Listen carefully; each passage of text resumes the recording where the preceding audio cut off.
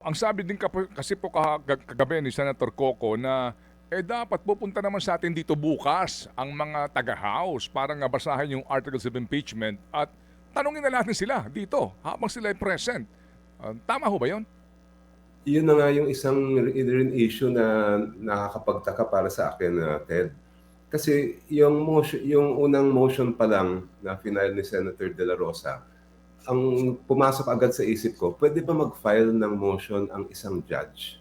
Kasi hindi na po sila Senate as a lawmaking body. Sila ay umuupo bilang impeachment court.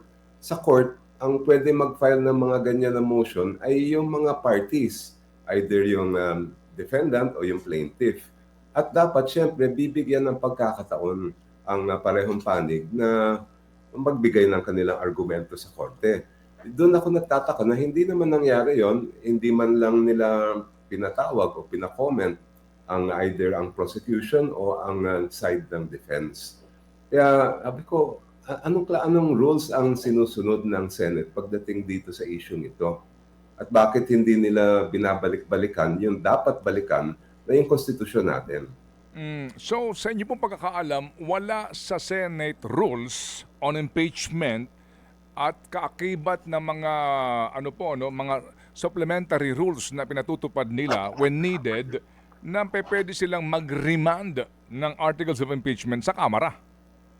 Yes, sa pagkakaalam ko, nung nabasa ko kahapon yung rules, wala akong nakitang remand, kahit dismiss na nakalagay sa rules. At kahit sabihin natin na puted na meron nakalagay doon, hindi niya pwedeng palitan o baguhin yung nasa konstitusyon. Yung mga rules na yan, syempre, ay kailangan sang-ayon sa utos ng konstitusyon dahil fundamental law yan, utos ng bayan na magkaroon ng trial.